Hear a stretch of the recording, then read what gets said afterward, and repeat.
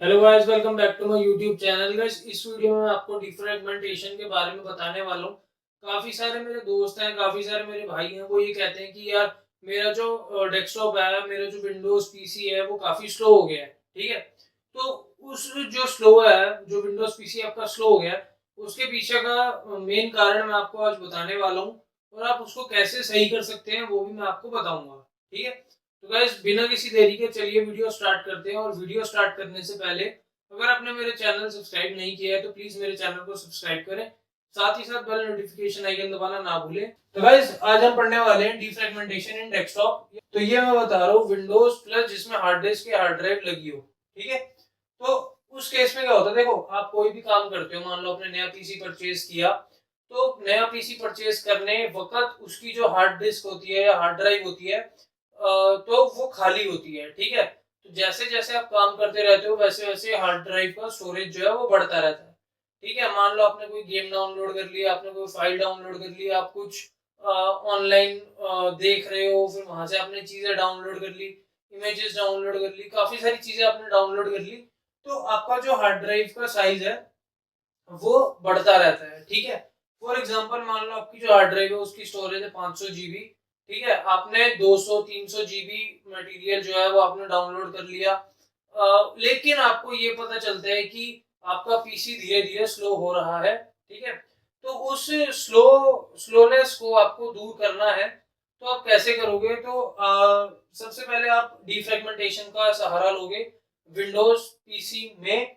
वो कैसे? अब आपको पता चलेगा कि आपने 200-300 जीबी फाइल डाउनलोड कर ली, उसमें से आपके कुछ काम की फाइल्स भी होंगी, आपने कुछ डिलीट करनी भी होगी वो फाइल्स। ठीक है?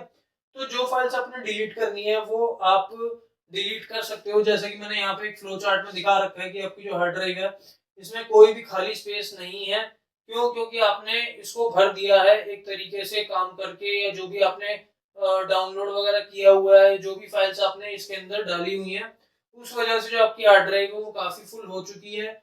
उसके बाद आपने सोचा कि इसमें से कुछ चीजें मेरे को डाउनलोड करनी और डिलीट करनी पड़ेंगी, तब जाके मेरा जो कंप्यूटर है वो काफी ठीक स्पीड पे चलेगा। तो अब आपने ये सोचा कि मेरे को 200-300 जीबी में से, मान लो मैंने ऑलमोस्ट 100-150 जीबी की जो मेरी फाइल्स थी वो ऐसे ही थी, मतलब मैं उनको कोई यूज नहीं कर रहा था। तो आप उनको क्या कर सकते हो, आप उनको किसी ऑनलाइन प्लेटफॉर्म पे डाल सकते हो, ताकि बाद में आप उसको एक्सेस कर सको। लेकिन उस टाइम पीरियड के लिए आपको वहां से उनको डिलीट करना पड़ेगा। तो डिलीट करने के लिए जैसे मैंने यहाँ पे मेंशन कर रखा है कि ये जो ब्लैक ब्लैक से मेंशन है, ये मैंने मेंशन कर रखा है कि फाइल टू बी डिलीटेड, मतलब इन फाइल्स को मेरे को डिलीट करना पड़ेगा। और इन फाइल्स को डिलीट करने के बाद हमारे पास क्या हुआ, हार्ड डिस्क में स्पेस बन जाएगी। काफी स्पेस बन गई है, लेकिन अभी भी ये एक लाइन में नहीं है। जो हमारी हार्ड ड्राइव है, जो हमारी हार्ड डिस्क है, वो काम कैसे करती है कि वो सिक्वेंशियल वे में सबसे पहले तो डेटा को स्टोर करती है। ठीक है? अब सिक्वेंशियल वे में डेटा को स्टोर करने का मतलब क्या होता है कि मान लो जैसे कि एक फाइल हमारी यहाँ खत्म हो रही है, यहाँ से यहाँ तक, तो अगली फाइल जो होगी वो यहीं पे स्टोर होगी। ठीक है? उससे अगली फाइल फिर यहाँ पे, फिर यहाँ पे, फिर यहाँ पे, फिर यहाँ पे, ऐसे करते करते सिक्वेंशियल ऑर्डर में वो हमारी फाइल हार्ड ड्राइव में स्टोर होती है। ठीक है? तो ये तरीका होता है हार्ड ड्राइव में फाइल स्टोर करने का। अब हार्ड ड्राइव टाइम के साथ साथ स्लो हो जाती है, वो इसलिए क्यों? क्योंकि जो भी हम डेटा डाल रहे होते हैं वो काफी ज्यादा होता है, और बीच बीच में जैसे कुछ फाइल्स आप रीड भी करते हो, राइट भी करते हो, तो वैसे ही यहाँ पे एम्प्टी स्पेस बन जाती है अगर आपने कुछ फाइल्स डिलीट कर दी हैं तो एम्प्टी स्पेस बनने के कारण ही वो जो हार्ड ड्राइव है वो सबसे पहली बात तो सिक्वेंशियल वे में चेक करेगी कि इसमें ये वाली फाइल है आपकी जो आप ढूंढ रहे हो या नहीं। ठीक है? तो वैसे करते करते उसको टाइम लग जाता है, जिस वजह से उसकी जो रीड राइट की स्पीड है वो काफी स्लो है एज कम्पेयर टू एसएसडी। ठीक है? तो ये बात आ जाती है। उसके बाद खाली स्पेस को अगर आप डिलीट कर भी देते हो, ठीक है, सॉरी, जो आपकी फाइल्स है अगर आप उनको डिलीट कर भी देते हो तो ये खाली स्पेस बच जाती है, पर इससे काम नहीं हुआ। आप इन खाली स्पेसों को, जैसे मान लो ये अब इसके फ्रेगमेंट्स बन चुके हैं फाइल के। ठीक है? मतलब फ्रेगमेंट 1, फ्रेगमेंट 2, फिर तीसरा, चौथा, पांचवा और ये छठा, ये फ्रेगमेंट्स में डिवाइड हो चुका है क्योंकि इनके बीच में स्पेस आ चुका है। तो अब इनको हमको डीफ्रेगमेंट करना पड़ेगा। डीफ्रेगमेंट हम कैसे करेंगे? विंडोज में एक आपका टूल होता है डीफ्रेगमेंटेशन का। अगर आप विंडोज का बटन दबा के उस पर सर्च करते हो डीफ्रेगमेंटेशन, ठीक है, तो आपको कुछ मिलेगा वहाँ पे सर्च, जैसे ही आप करोगे तो वहाँ पे आप क्लिक करोगे तो वहाँ पे आपको 3 ऑप्शन मिलेंगे बेसिकली सी, डी और ई ड्राइव के लिए कि आपने कौन सी ड्राइव को डिफ्रैगमेंट करना है। तो जैसे ही आप डिफ्रैगमेंट कर लोगे तो आपको पूरी जो आपकी हार्ड ड्राइव है वो डिफ्रैगमेंटेड मिलेगी, उसमें कोई भी आपको ऐसे खाली स्पेस नहीं मिलेंगे, जिस वजह से जो आपका हार्ड ड्राइव है वो आपको रीड राइट करने में ज्यादा आसानी होगी और ज्यादा एफिशिएंट तरीके से वो रीड राइट कर सकता है।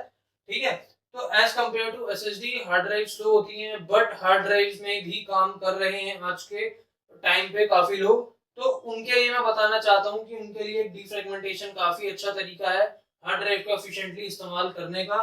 और बाकी रही बात, अगर आपको परफॉर्मेंस चाहिए तो परफॉर्मेंस के लिए आप एसएसडी डलवा सकते हो। एसएसडी हार्ड ड्राइव से काफ़ी ज़्यादा तेज़ होती है। मैं पर्सनली एसएसडी इस्तेमाल कर रहा हूँ, मेरे को कोई डाउट नहीं है कि वो 1 सेकंड या 2 सेकंड के लिए भी मेरे को स्लो फील हुई हो। एसएसडी काफ़ी फास्ट होती है। इससे पहले मैं हार्ड ड्राइव इस्तेमाल कर रहा था, वो मैंने अपग्रेड करवाया है एसएसडी में। तो मैं काफ़ी खुश हूँ कि हाँ, मतलब मेरा जो पीसी है वो काफ़ी एफिशिएंटली इस्तेमाल कर रहा है। ठीक है? तो उसके बाद बात करते हैं कि ये इसका मैं एक और एग्जांपल देता हूँ, अगर आपको अच्छे से समझाना है तो। तो बात करते हैं, अब आप लाइब्रेरी में जाते हो, ठीक है? तो लाइब्रेरी में आप जाते हो तो उसके बाद आप क्या करोगे, आपको कोई बुक चाहिए, ठीक है? तो बुक आपने मान लो एक रो में से आपने 3-4 बुक्स ले ली। मान लो इसी को ही मैं रो डिफाइन कर देता हूँ। मान लो जहाँ पे एफ लिखा है वो बुक्स हैं और जहाँ पे फाइल टू बी डिलीटेड लिखा है वहां से आपने बुक्स ले ली। ठीक है, तो जैसे ही आपने वहां से बुक्स ले ली तो वो जगह खाली हो गई। ठीक है, अब मान लो कोई दूसरा बंदा आता है, कोई उसने बुक रखनी है वहां पे जो थोड़ा साइज उसका बड़ा है, चौड़ाई थोड़ी ज्यादा है, तो वो वहां पे बुक नहीं रखी जाएगी। तो वो क्या करेगा, उन सारी बुक्स को एक जगह धक्का मारेगा और जगह बनाएगा। तो वही सेम सिनेरियो यहाँ पे होता है। यहाँ पे हम क्या करते हैं, जो हमारी स्पेस बच जाती है उनको धक्का मारते हैं, एक तरीके से पिचका देते हैं और हार्ड ड्राइव की जो स्टोरेज है वो हम उसको डिफ्रेगमेंट कर देते हैं, जिस वजह से हमारी जो स्पेस है वो काफी ज्यादा एफिशिएंट तरीके से इस्तेमाल हो पाती है। तो गाइस, आई होप आपको ये कॉन्सेप्ट समझ आया हो और ये अच्छा लगा हो। बाकी आज की वीडियो में इतना ही, मिलते हैं नेक्स्ट वीडियो में। ऐसी अच्छी अच्छी वीडियोस को देखने के लिए मेरा चैनल जरूर सब्सक्राइब करें, बेल नोटिफिकेशन आइकन को दबाना ना भूलें फॉर लेटेस्ट वीडियो अपडेट्स।